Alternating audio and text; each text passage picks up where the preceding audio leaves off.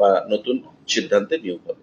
Sir, ইদানিং আপনি যেটা ক্যাবিনেটে জিআরবিটির ক্ষেত্রে অনেকগুলো সিদ্ধান্ত হচ্ছে, বিগত ধরুন 4-5 যেগুলি ক্যাবিনেটে বেশ কয়েকটি জিআরবিটি যে ওয়ান প্রসেসটা এখনো কমপ্লিট হয়নি সেটা।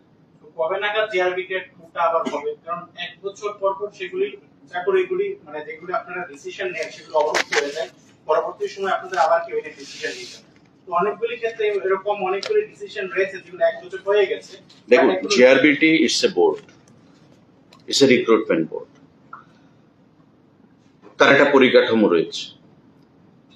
জিআরবিটি আপনি সঠিক বলেছেন, এবং এই বিষয় নিয়ে আমাদের ক্যাবিনেটে মাননীয় মুখ্যমন্ত্রী পৌরোহিত্যে, মুখ্য সচিবের উপস্থিতিতে, মন্ত্রীদের উপস্থিতিতে আমাদের আলোচনা হয়েছে জিআরবিটিকে আরো স্ট্রেংথেন করার জন্য, এবং সরকার জিআরবিটিকে আরো স্ট্রেংথেন করবে আগামী দিনে, যাতে যেই প্রসেসটা শুরু হয়েছে সেটা সময়ে বা সময়ের আগে যেন সম্পন্ন করা যায়।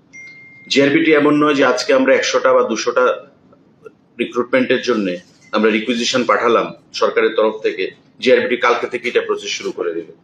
জিআরবিটি একসঙ্গে 2-4-5 হাজার যখন একুমুলেশন হবে, একসঙ্গে তাদের কাছে জমা পড়বে রিকুইজিশন, তখন জিআরবিটি রিক্রুটমেন্টের জন্য অ্যাডভার্টাইজমেন্ট করবে। তো এটা করতে গিয়ে ফিনান্সের অ্যাপ্রুভাল নিয়ে, জিএপিএনটির অ্যাপ্রুভাল নিয়ে, ক্যাবিনেট করে, আপনার প্রসেস করে যখন দপ্তর থেকে পাঠানো হবে, একটার পর একটা দপ্তর জিআরবিটি কে পাঠাবে। তো GRBT has to wait up to certain period of time for accumulation of a good number of candidates. তারপর তারা অ্যাডভার্টাইজমেন্টে যাবে। 100, 200, 300, 400 জন্য জিআরবিটি রিক্রুটমেন্ট করবে